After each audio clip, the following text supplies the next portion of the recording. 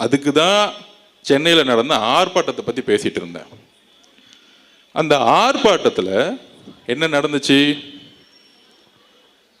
இது தலைவர் ரஜினி சார் அவர்களுக்கே தெரியும். அதை நான் எக்ஸ்பிளைன் பண்ண முடியல. என்ன எக்ஸ்பிளைன் பண்ணல? அன்றைக்கி 30 நிமிஷத்துக்கு மேலே பேசிட்டு இருந்தேன். காவல்துறை நிப்பாட்டினாங்க. அதை டீட்டெயிலாக நம்ம எக்ஸ்பிளைன் பண்ணோம்ல. அப்போ டீட்டெயிலாக என்ன எக்ஸ்பிளைன் பண்ணோம்னா, இந்த பிரச்சனையை பற்றி எக்ஸ்பிளைன் பண்ணலை. இந்த 5 வருஷமாக என்னை கடுமையாக திட்டுறாங்களா, அதை பற்றி இல்லை. இந்த ஒரு வாரமாக கடுமையான மன வழியில் தலைவர் இருக்கிறாரு, நானும் இருக்கிறேன், இங்கே இருக்கக்கூடிய பல்வேறு நிர்வாகிகள் இருக்காங்க, தமிழ்நாடே இருக்கு. அது என்னது? அன்னைக்கு ஆர்ப்பாட்டம் தமிழ்நாட்டிலே முதல் முறையாக தமிழகம் முழுவதும் உருவாக்கிய கட்சி நம்மளோட கட்சி. அந்த ஆர்ப்பாட்டம் எதற்கு? சட்டம் ஒழுங்கு பாதுகாப்பு. அதில் என்ன பிரச்சனை? தூத்துக்குடியில் இந்த ஊடகங்களையும் ஒட்டுமொத்த தமிழக மக்களையும் எல்லோரையும் நான் கேட்டுக்கிறேன், வலியோடு கேட்குறேன்.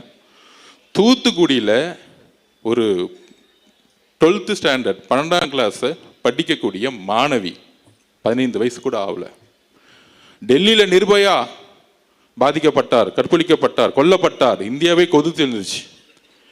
இந்த பிரச்சனையை திசை திருப்பதுக்கு தான் இவ்வளோ பெரிய நாடகம் 5 நாளாக ஓடிக்கிட்டு இருக்கு. இதை சோசியல் மீடியா வாரியர்ஸும் புரிஞ்சுக்கணும், தமிழக மக்களும் புரிஞ்சுக்கணும். இந்த அவதூறான பிரச்சாரம் எனக்கு எதிராக ஏன் உருவாக்கப்பட்டது அப்படின்னா, இந்த தூத்துக்குடியோடைய மரணம் கொடூரமானது.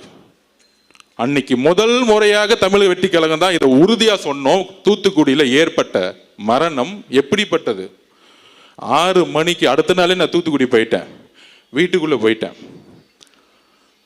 அப்போ அந்த அம்மா சொல்கிறாங்க, பக்கத்தில் உங்கள் அத்தைக்கு கோவம் வருது, நம்ம மேலேயும் டக்குன்னு கோவப்படுறாங்க. நான் 5 நிமிஷம் பேசி முடிச்சோன்னு அமைதியாக உட்காந்தாங்க. அப்போ அவங்க உறுதியாக சொல்கிறாங்க, என்னன்னா சொல்ல முடியல, வார்த்தைகள் வரல. அவங்க அம்மா சொல்கிறாங்க, என் பொண்ணு 6 மணிக்கு கழிவறை போகிறதுக்கு வீட்டை விட்டு வெளியே போனாங்க. அங்கேருந்து 50 மீட்டர் கூட கிடையாது. 7 மணி ஆச்சு, 7:30 மணி ஆச்சு, காணோம். காவல்துறை கிட்ட போகிறோம், போலீஸ் ஸ்டேஷனில், திருப்பியும் காணோம். சார், காவல்துறை கிட்ட போகும்போது திருப்பியும் முடியாதனால நாங்கள் தேடி தேடி பார்க்குறோம், ஊர் மக்கள் ஃபுல்லாக தேடி பார்க்குறோம். அடுத்த நாள் 2:30 மணிக்கு கண்டுபிடிச்சிருக்காங்க அந்த குழந்தையோட உடலை. அந்த குழந்தையோடைய உடலில் ஒட்டு துணி கிடையாது, கற்பழிக்கப்பட்ட பெண். இன்னும் 6 நாள் ஆச்சு, இன்னும் போலீஸ் கண்டுபிடிக்க முடியல. அக்கா கனிமொழி அக்கா போனாங்க, ஆனால் ஊருக்குள்ள உடலை. உடனே கனிமொழி அக்கா மேலே ஒரு மீடியா அவங்கள உள்ள உடலுன்னு பெருசாக சொன்னாங்க. நான் கேட்குறேன், எங்கு முதலமைச்சர் ஏன்